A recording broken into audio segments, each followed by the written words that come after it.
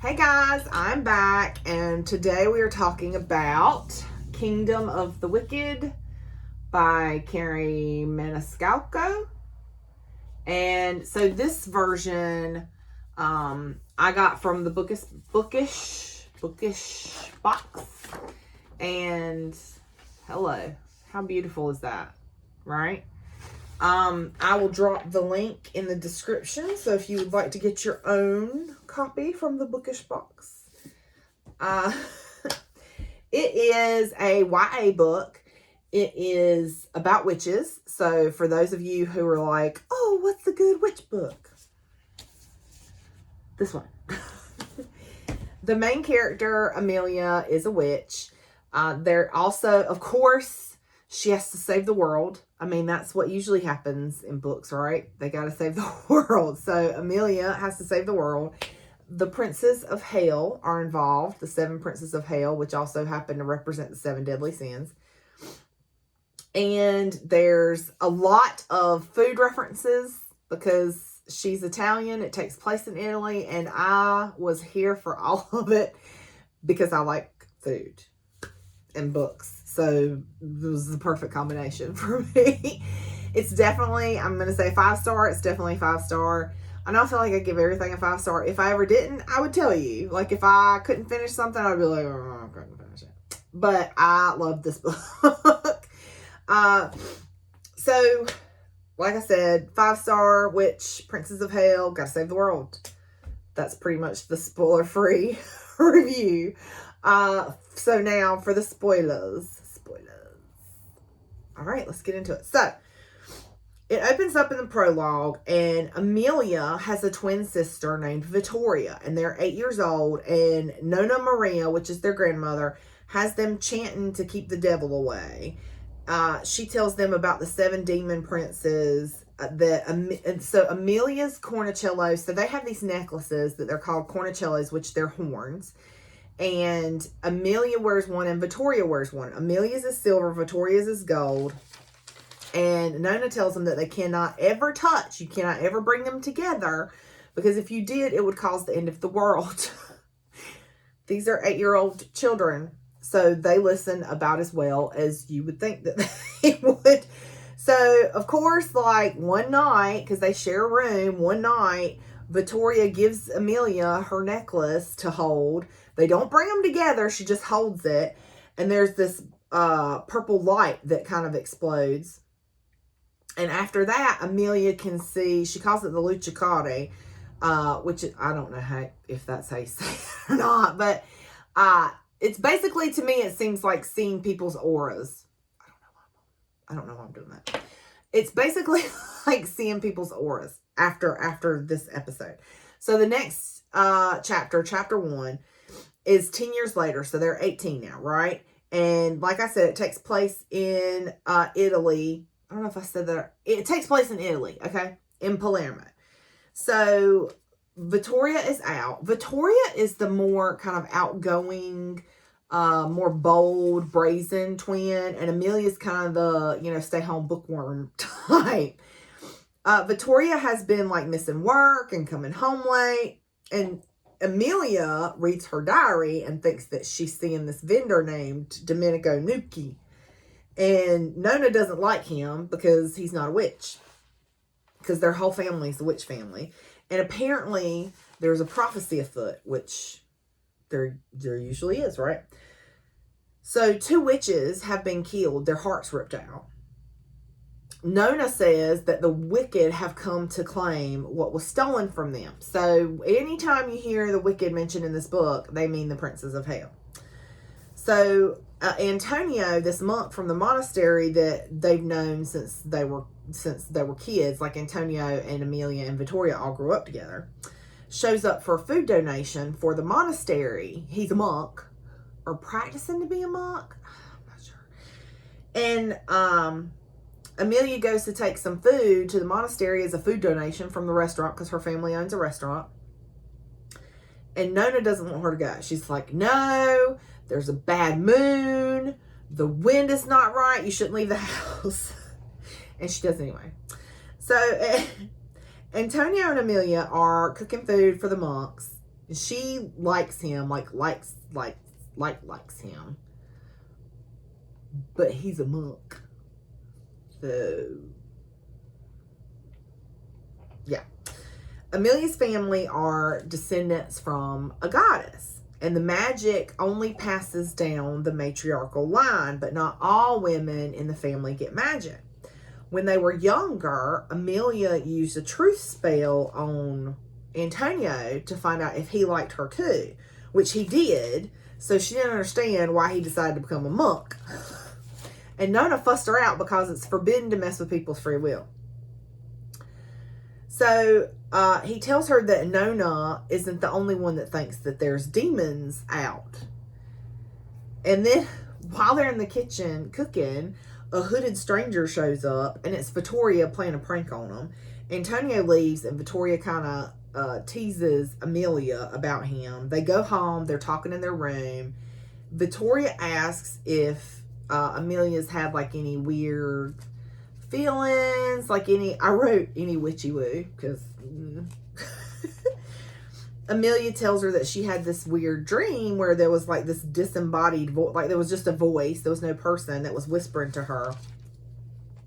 The next day they're all in the kitchen cooking, and Nona tells the girls not to go out. Like, she's like, you girls cannot go out night. Like, you got to stay home. Tells them that if they don't wear their necklaces, that they'll set the princess free. The first witch, La Prima is what they call her, locked them away in another realm. So later, Amelia goes to the monastery to get her basket because she left her basket when Vittoria scared the crap out of her. She's walking down the halls and like just feels like somebody's watching her, feels like there's movement. And she just has this weird sensation. Like it says that she feels like the magic is pulling at her stomach. It's pulling her. So she follows it to a room, and there's this like tall built dude who's like wearing very nice clothes.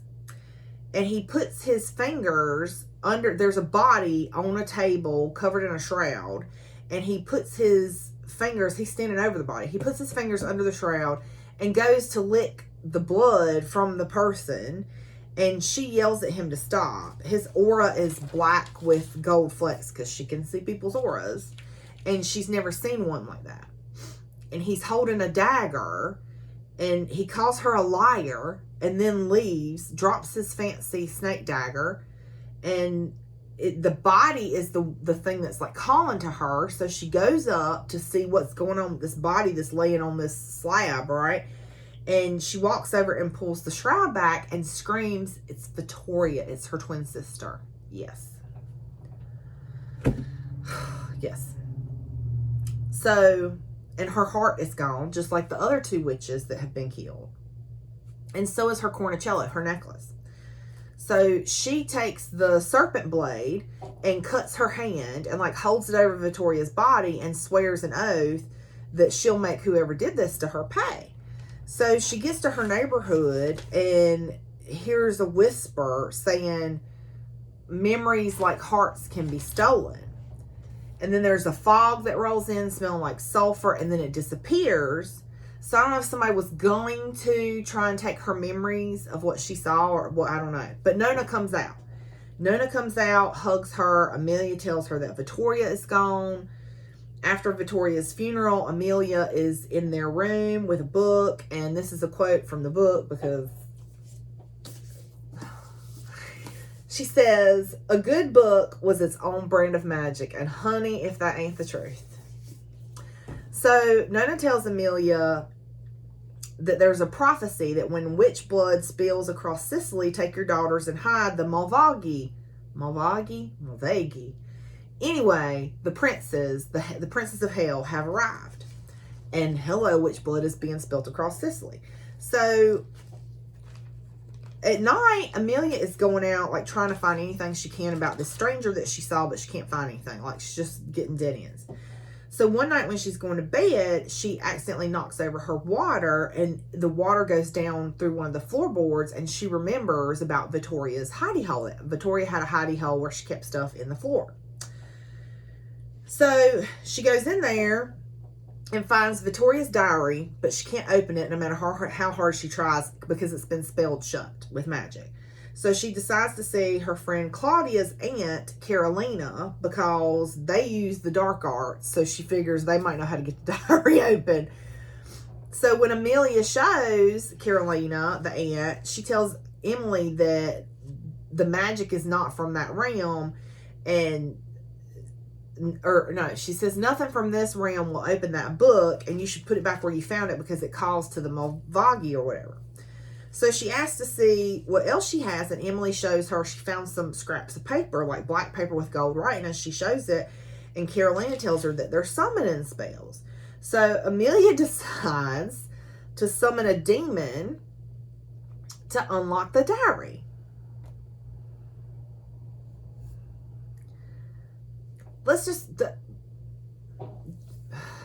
You probably shouldn't ever do that. I'm just saying. So Amelia goes to the sea cave and summons a demon.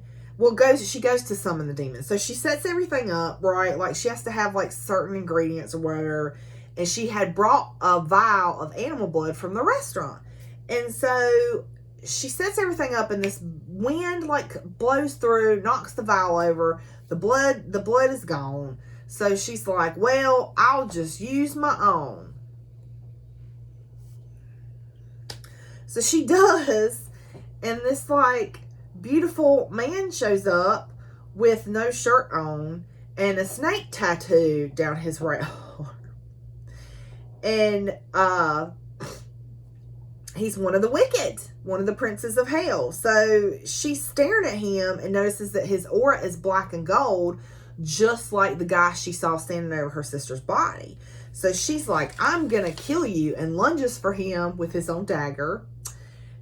He steps out of the way, and so she kind of like slices his chest instead of stabbing him in the heart, and he takes the dagger from her, and she's kicking him and punching him and just wailing on him. Can you blame her? Because she thinks this dude killed her sister.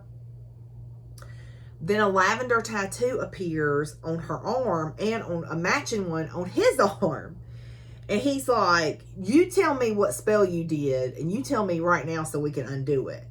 And she asks him, who he is and why he wanted Vittoria dead. And he's like, I'm the Prince of Wrath and War. I had nothing to do with your sister's death.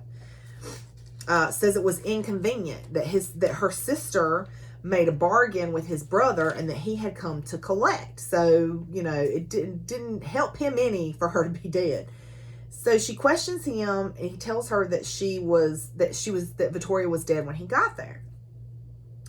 He asks about the spell again so they can adhere to the rules, because they say in the book that demons they have manners, right? And there's a certain etiquette that you have to abide by, and that they're bound to rules. So, and this is a quote about him, because she's like, here's this big giant dude. He was death and rage and fire, and anyone stupid enough to forget that would be consumed by his inferno. Well then, tell me more.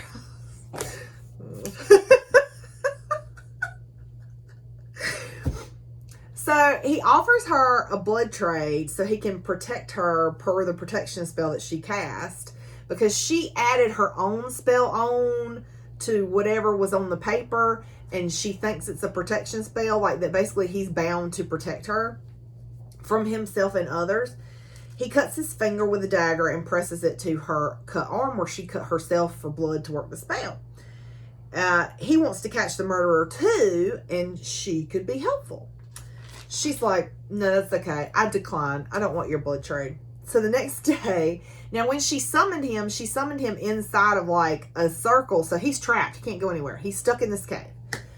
The next day, she's helping Nona in the kitchen, and Nona tells her that she needs to stop whatever it is she's doing, that seeking vengeance will not end well.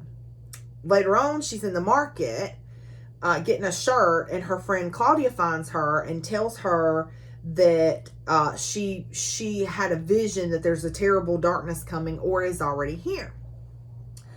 And then Claudia also tells her that Domenico's been going to the monastery twice a week to light candles, and she thinks, oh yeah, because he's distraught because he and Vittoria were having this affair and now she's dead. She gives the diary to Claudia and asks her to try and figure out what kind of magic it is that's got it spelled shut. Then she hears a voice that says, "He's here," the same voice she heard the night her sister was murdered. She goes back to the cave, gives the demon the shirt that she got at the market, and he's like, that's terrible. I'm not wearing that. She asks which brother made a deal with her sister, and he says Pride. Her sister told her that she was marrying the devil, and she did not believe him. So in the book, they say that the devil is also known as the Prince of Pride. So when he says, oh, she was making a deal with Pride, and her sister had joked about marrying the devil, Amelia puts two and two together and goes, oh, Victoria was not joking. She was telling the truth. So she asks why Pride was going to marry her sister, and he tells her that he had to in order to break the curse that was placed on him. So the other two girls that were killed were witches too, and were offered the same bargain as Victoria. So he's going and meeting with these people, offering them the deal, and then somebody else is finding out who has been offered the deal and killing them so they can't break the curse that's on the devil. So she declines the blood trade again. He's like, if you just do the blood trade, I can protect you. I can help you. We can figure out who's killing these witches. And she's like, no, that's okay. So she leaves and goes to the monastery. On her way to the monastery, she feels like she's being watched. So she cuts down an alley, and this man emerges with black hair and green eyes. It's another of the Malvagi, so another Prince of Hell. He introduces himself as Envy, and she just feels like overwhelmed. Like she's feeling all his power, all his emotions. She's feeling envy, like just overwhelmed by envy. And she starts to like turn the dagger on herself. And then all of a sudden she gets like this burst of energy from her tattoo, and it's like she's kind of snapped out of it. And the tattoo changes. So that's something else that happens throughout the book is the tattoo. It starts off as like, I think two snakes intertwined around something, and then it adds wildflower. The tattoo continues to grow, expand, and change over the course of the book on both of them. He offers her a deal. If she'll give him her soul, he'll give her what she seeks. So she's like, no, that's not right. So he tells her she better pick a house soon to align herself with, or the decision will be made for her. And he leaves, and she runs for Claudia's house because she's afraid that he's going to go looking, because, Carolina had said that the book caused them, so she's afraid he's going to go looking for the book. So she goes running to Claudia's house. Claudia lets her in. She tells Claudia about envy. Claudia tells her there is a curse, that the first witch, La Prima, cast a spell on the devil because he stole her firstborn's soul. That his brothers can roam the earth, but he's trapped until a witch sits on the throne beside him and wears the horn of Hades to keep the balance between the realms, between heaven, hell, and earth. Claudia tells her the only way to know would be to find La Prima's grimoire, and the wicked, the princes of hell, are looking for it. So here was a note that I had wrote for myself, because I'm just, thinking. I said, okay, what if Domenico or Antonio are actually witch hunters, and they're the ones that killed the girls? Well, I was half right on that one. And then I said, also, what if the diary is really La Prima's grimoire disguised as a diary? I was wrong on that one. That one was wrong. But it was a good thought. So there may be a spell in the grimoire that will break the curse in La Prima's grimoire, so the devil can be topside without a witch queen. So Amelia goes back to the floorboard hidey hole, and there's a gambling chip in there.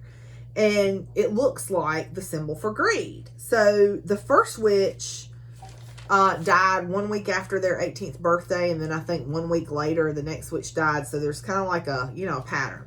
So the next day she goes to the market to ask the same guy she bought the shirt from, Salvatore, about, like from the Vampire Diaries, about the chip. He tells her it's like this fancy gambling den, and you have to have a chip to get in. And he offers to trade her, I can't remember what he offered, but he offered to trade her something for the chip. She's like, no, sorry. So she starts looking for the gambling den. She gets in, and the place just like oozes greed, right? All forms of greed. So she's making her way through when someone calls her Vittoria, and it's Domenico, and he is drunk, okay?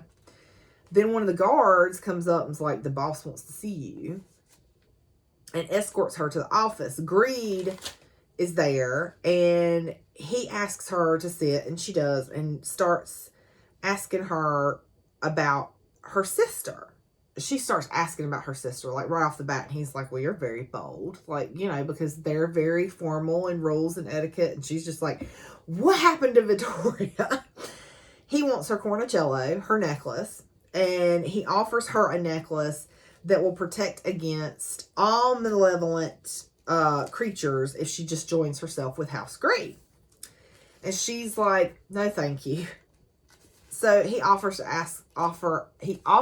answer a question for free. He's like, I'll answer one question free of charge. And she says, tell me about the Horn of Hades. And he tells her that it's a key that unlocks the gates of hell, that it was a gift, and her sister knew the real story. She asks how to break a spell on an object, her sister's diary. And he says, I told you I only answer one free question. And she says, that was my question, because the first time I didn't ask. And I'm like, woo, you smart girl. And he calls her a clever girl and says, oh, you have to sacrifice a bit of yourself. He tells her that Vittoria gave him her amulet, but he needs both in order to work a spell. If Amelia will give him hers, he'll vow to protect her world. So, I mean, you notice, like, every time she comes in contact with the Prince of Hell, they're like, well, if you just give me... Everybody wants the horns, right? Everybody wants her necklace. She asks to see it, and he's like, oh, I can't show it to you because somebody summoned a Viperidae, which is like this giant snake demon. Basilisk. That's what I was thinking of, the basilisk from Harry Potter. I was like... was summoned to the world, and it's guarding the cornicello under the cathedral. So she thinks Vittoria put it there. She's like, I wonder if Vittoria summoned the Viperidae and put it there. So she declines his offer. Amelia, later on at home, she pricks her finger and drops blood on the diary, and then she's able to open it. And Vittoria wrote that she was hearing magical objects. She was collecting shells when she heard voices, and that led her to the cave. The same cave that she then showed Amelia that Amelia has the demon Wrath trapped in.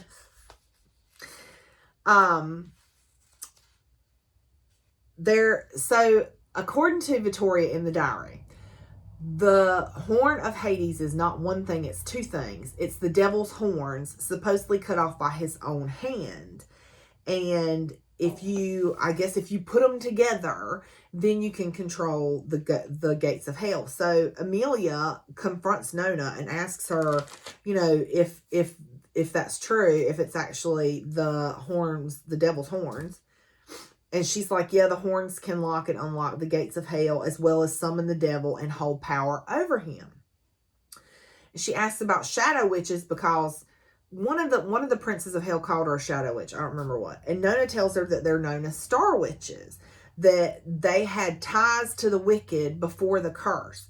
Nona and Amelia are star witches. Their line comes from the star witches. So then, all of a sudden, out of nowhere, Wrath's dagger is, so when Amelia confronted her grandmother, she took the necklace off and set it on the counter and said, is this the devil's horn? Okay? Hey. Out of nowhere, while they're having this discussion, Wrath's dagger, held by an invisible hand, cuts Nona's throat, okay?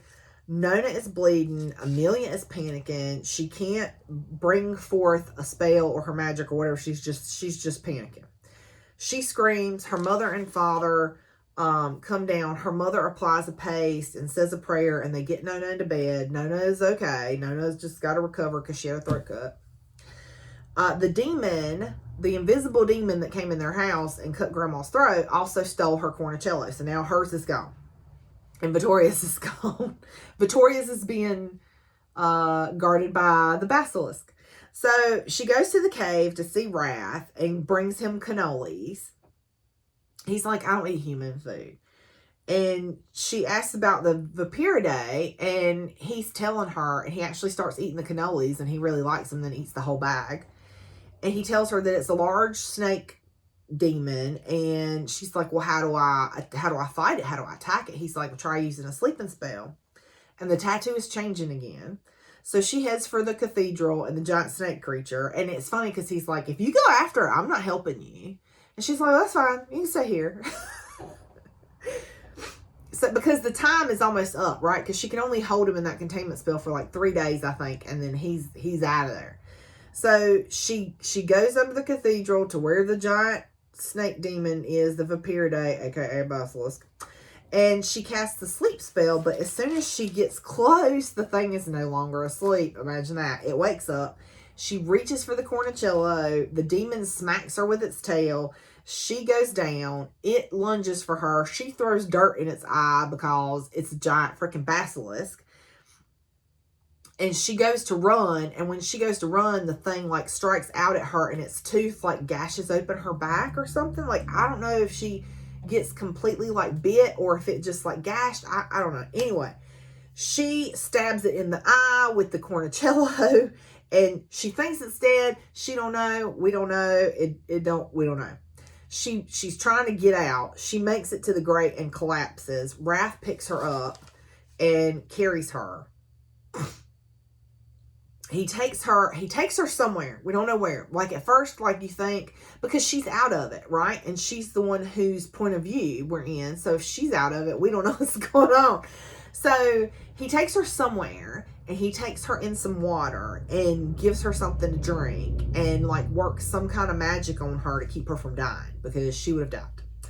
So she wakes up soaking in a tub and she says she feels even better than before. Like she feels like she's like, woo, let's get it. Let's go. Let's, because of his magic, because he gave her his magic. So, but she had strange dreams while she was out that like he was holding her against his naked body kind of dreams. Mm-hmm.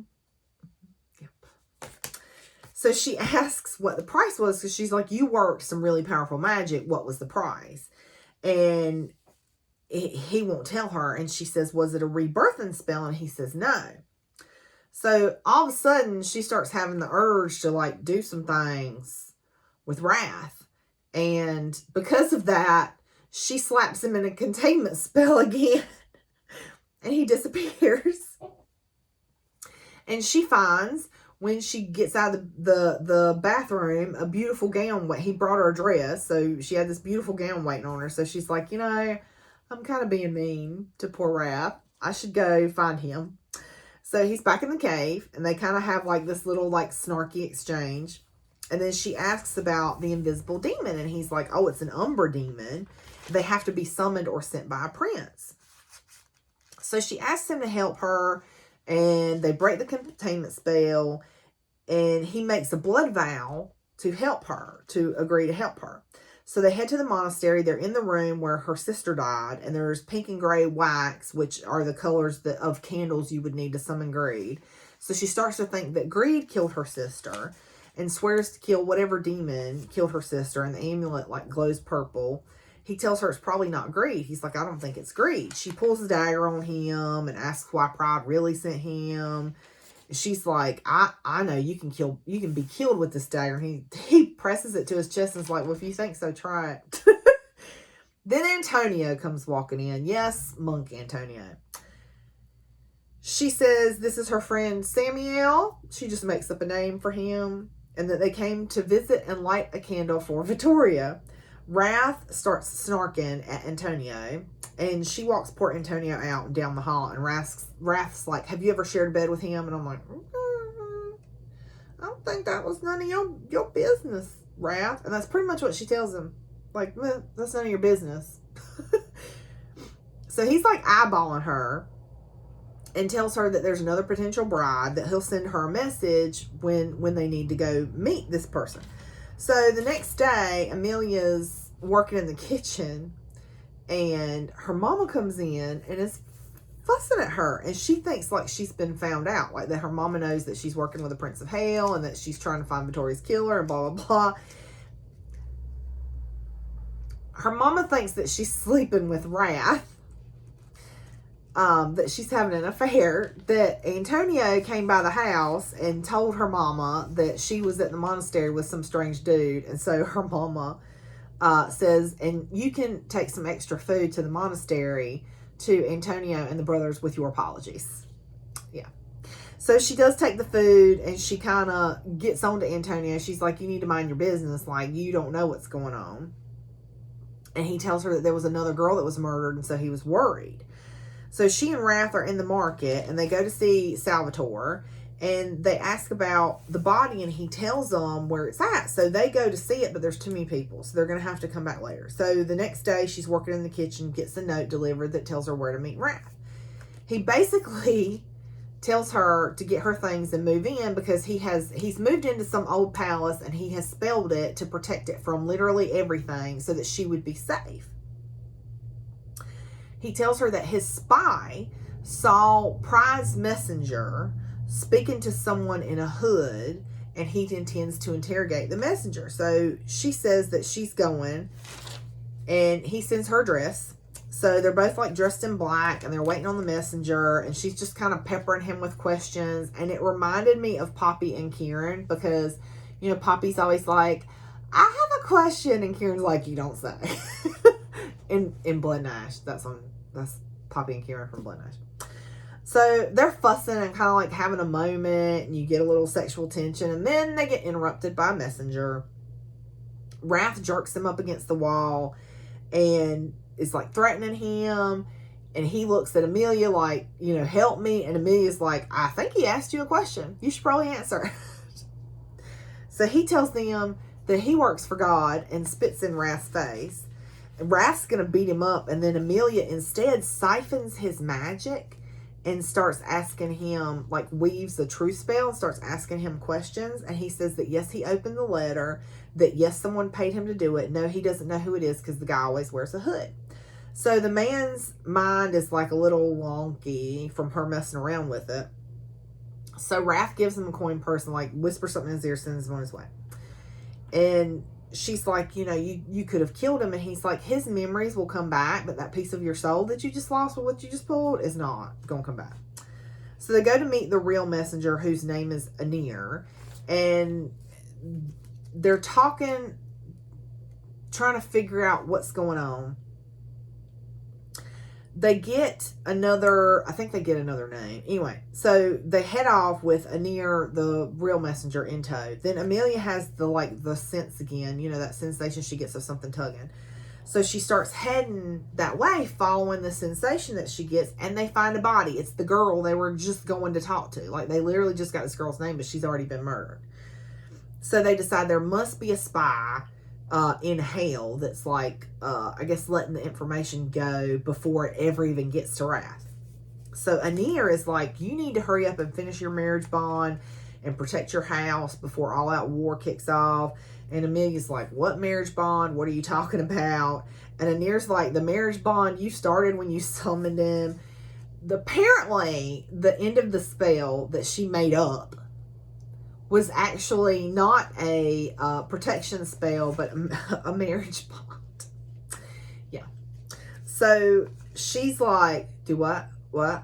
And she's starting to freak out. So Wrath sends Anir away, and he's like, you know, you didn't know. It's okay. It doesn't change anything.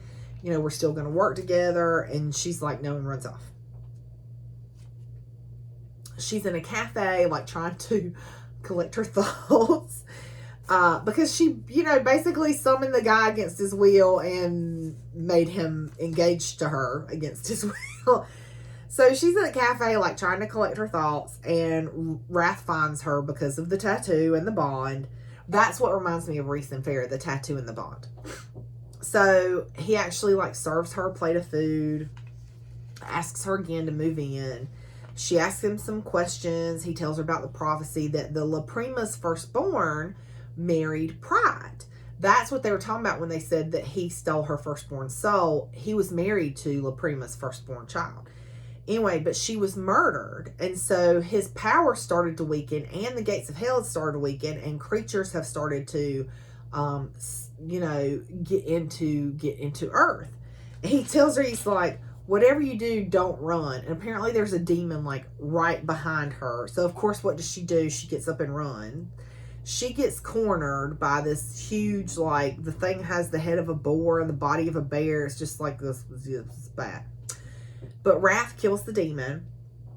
They're in front of this door with it's got like a paw print holding a stalk of what she thought was wheat, but it's actually fennel. So they go inside because she gets that weird sensation again. But there's just a bunch of fishing gear, nets and hooks and stuff. So like, must not be anything here. So they go home to get her stuff. When she gets home, like she says, I'll meet you at the palace. When she gets home, her room has been ransacked. Everything has been destroyed. All of Vittoria's stuff has been destroyed.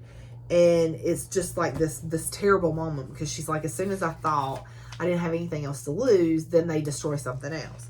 So she goes to see Claudia and tells Claudia to make a protection spell around the house. And then she goes to Wrath's and picks a room. And when she comes out, Wrath is laying on the bed. And he's like, are you okay? And she says no. And she goes to sleep. And when she wakes up, he's gone. He's gone to speak with the next girl. He left her dress. She puts it on. She decides to find her cornicello. So she follows that sensation that she has.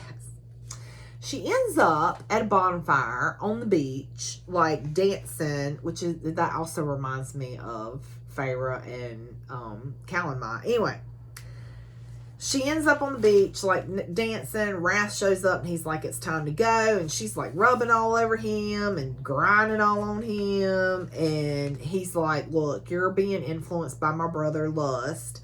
And then she looks up and sees Lust and starts to go after Lust. And Wrath grabs her. Lust tells Wrath that he needs to go home immediately. And Wrath stabs him, is like, I'll go home when I'm good and ready. Okay, then. He tells her, he's like, you might feel bad because he basically sucked all the pleasure out of you. And so you might feel depressed because he took all your pleasant emotions. And she actually ends up laying in bed for a week. And at week 2, Wrath's like, nope, you're done. So he brings her, like, while she's moping, he brings her food and holds her hand. And then, like I said, at 2 weeks, he's like, no, you're done. So he picks her up and dumps her in the tub. And apparently he had gathered all the elements for, like, her to have, like, a goddess blessed bath to kind of, like, recharge. And he also brought, like, her favorite flowers so that she could have some of her pleasant back. I was like, oh, that's so sweet. So when she comes out of the bathroom, he's waiting with cannolis and cards. And while they're playing, he's just like teaching her stuff, teaching her about strategy and stuff. So he tells her, hey, I've got to go meet this other girl. Don't leave the palace tonight. But she does anyway because does anybody ever listen to anybody in these books? No. Nobody ever listens. If they did, it would be boring though, right? So she goes to the monastery. She finds Claudia. Claudia is not in good shape. Claudia has been scrying in, like, when they try to see the future in a way she shouldn't have. So she's just, like, talking nonsense. She's in bad shape. So the brothers, she's screaming all this crazy stuff. The brothers come out. And Antonio's like, oh, she's just had too much to drink. So Amelia's like, take her to Nona. Nona will know what to do. So Antonio takes Claudia to Nona. Amelia goes to confront Claudia's aunt, Carolina. On the way, she feels like she's being watched again, and she thinks it's Wrath, so she says something snarky, but it's a stranger. It's a vampire. And the vampire's like, by the way, Envy sent me. He wants to speak with you. And if you don't come, he's going to hurt your family. So she runs for the restaurant. And Envy is there. He's got her parents locked up. Nona is at home with Claudia locked up. So he tells her, you're the one he tells her to sit down. She's like, you're the one who's been working against Pride. And he doesn't deny it. And he tells her he wants the cornicellos and he'll trade her family and friends for the cornicellos. So he tells her that Wrath will not help her, that in the end he'll choose himself, and that she should ask him about the soul that he needs to collect for his freedom or something. So she goes to the palace. Wrath is like, are you okay? Are you hurt? What's going on? So she backs him into the wall and asks what he wants. He looks away, then she starts like feeling him up and starts kissing him, then he starts kissing her back, and it's like they're making out, and it's really freaking hot. And then she asks if what Envy said was true, if he still needs one more soul. He backs away and asks if she's lowered herself to kissing somebody that she hates. She says, tell me it's not true. He says, oh, so Envy whispers in your ear and you forget everything that's happened. She's like, well, Envy hasn't lied to me. And he has. Like, Wrath basically has lied by omission, by not telling her things, right? So she goes to head home. He's like, no. And she's like, do not follow me or I will sever the bond.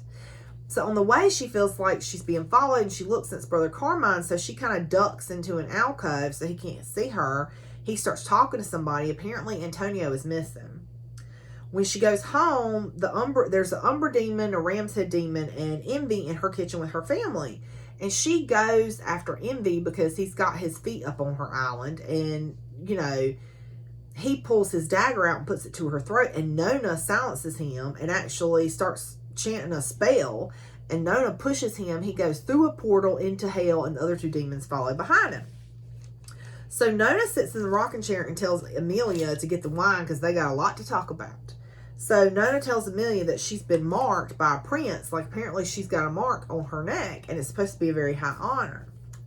So Nona tells her that there's a prophecy that the Cornicellos weren't to be worn until twin witches were born during a storm, which was Amelia and Vittoria. The twins were meant to bring balance, as above, so below.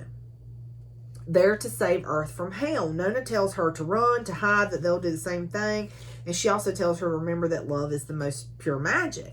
So she leaves, and she's walking and kind of gets this, you know, jog of memory. Nona used fennel to fight Envy. And she remembers that paw print with the fennel thing where the fishing equipment was. So she heads back there, and she uses her sensation, her feeling or whatever, to find the right hook. And when she touches it, a secret door opens. So she follows it down and finds her Cornicello buried. Then she hears somebody, and it's Wrath. And he tells her, he's like, look, there's like 36 Umber demons or whatever. So when I tell you to run, you run. And he tells her, you know, he's like, if you'll just give me your consent, I can magic us away to the palace. And she's hemming and hawing. Like I wrote, girl, if you don't go with that boy.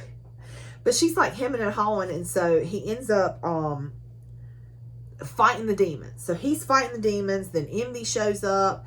And Envy's like sees him. So the demons have him seized. And then Envy and Wrath are talking to each other. Envy guts Wrath, like right in front of her, slices him from one side to the other, and his guts come out, okay? He's like, Amelia, you need to run, you need to go, but she can't do it. Envy stabs him again. She yells for him to stop, so he stabs him again, and she rushes to his side, and like while she's holding his wound, he like dies and disappears. So Envy grabs her by the wrist and is like, if you would have just done what I told you to do, we wouldn't have had to deal with this nastiness. So he's like, if you give me the horn, I'll kill you quickly. So she grabs the amulet and puts it on, and all of a sudden gets this like rush of power. And she tells him to get out before she makes him leave. So he's like, you don't want me for an enemy. So she goes back to the palace, and when she gets to her room, she remembers that Wrath had told her, if you get bored, look in the dresser. So when she does, she finds a gold olive branch ring. So she uses it to try and summon Wrath, and she like tries and tries and tries and tries, but there's nothing. So the next day she gets dressed, she heads out, she goes to the market, she finds Domenico Sr. So Domenico Jr. was the one going to the church. Domenico Sr. is his father. So when she is talking to him, she notices that he has a tattoo of the paw print in the fennel stalk. So she asks him, and he says, yeah, we're shapeshifters. And he tells her that Vittoria used to pass out drinks at Greed's gambling den, and that Vittoria is the one who came up with the plan with Greed to make a deal with Domenico. So the deal was that whenever the time came, the wolves or the shapeshifters were to fight for the side of the devil. So he tells her, that Vittoria set all that up. So she heads for the monastery. Carmine's given some like speech, and then they all head out. So she's going to follow them, but all of a sudden gets that sensation again. So she follows it and follows it down, down, down into a labyrinth underneath the cathedral. So she enters this door, and all of a sudden she's trapped. And when she wheels it, the glamour drops, and there's Latin all over the walls, like from floor to ceiling. And then all of a sudden there's a book there in the middle, and it's the La Prima's grimoire. So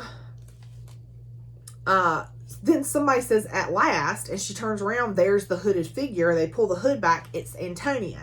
He admits to killing her sister. I mean, he's pretty much nasty to her. So the whole reason he did all of this was because his mother was sick, and he took her to see a folk healer, a medicine woman who turned out to be a witch. And so when his mom died anyway, he decided that all witches were evil and needed to die. So that's why he started killing witches. Also, because he says like an angel of death came to see him and told him that he needed to kill the witches to keep the devil from breaking out of hell. So she is like pissed, and she whispers the spell and starts like slashing her hands, and scratches show up on him, and he's like, oh, please have mercy, mercy. And she's like, where was the mercy when you killed my sister? Where was the mercy for the other women you killed? So she starts to curse him, but then she actually remembers how Wrath had mercy on that messenger that he interrogated. So she says, instead, answer my questions. And she says, what made you this way? And that's when he tells her the story about his mom. And he's like, you spelled me to fall in love with you. And she's like, no, I never spelled you to fall in love with me. And then he tells her, that he was going to summon the devil and kill the devil. So she's like, well, do the summoning. Let's do it. Because she's got a plan. I don't know what the plan is, but she's got a plan. So they summon the devil, and the devil possesses Antonio. And he uses his magic to put a dress on her, like this fancy, fancy dress. And he's like, are you ready to, I guess, agree to be my bride or whatever? And she's like, almost. Let's meet at the cave, and I'll let you know what my decision is. So when she gets to the cave, it's Wrath that shows up, not who she was expecting. And he is looking at her just as cold as ice. Okay, just cold. And he's like, so do you agree? And she's like, well, I have two conditions. The first is that from this point forward, no witches, no humans are attacked, and that every prince of hell stays out of the human world. And the second is that Antonio is my prisoner for me to do with what I please. And he says, is this what you choose? And she nods, and he says, done. And then a scroll materializes with a quill that has like a blade on it. And so she pricks her finger and signs her name. And then he asks, she asks, is there anything else? And he nods at her amulets, at her cornicellos. So she tosses them on the floor, and they vanish. And then the floor is like shaking and trembling, and Antonio is gone, and Wrath is like holding his hand out and says, well, will you come with me? And she takes it, and they're enveloped in smoke, and she has the searing pain, and the next thing you know, she's in hell. And that's it. And that's where the freaking book cuts off at. And I'm like, dang it. And I've already messaged the Bookish Box to see if I can pre-order book 2. All right, so thanks, you guys. That is Kingdom of the Wicked. I'll see you next time.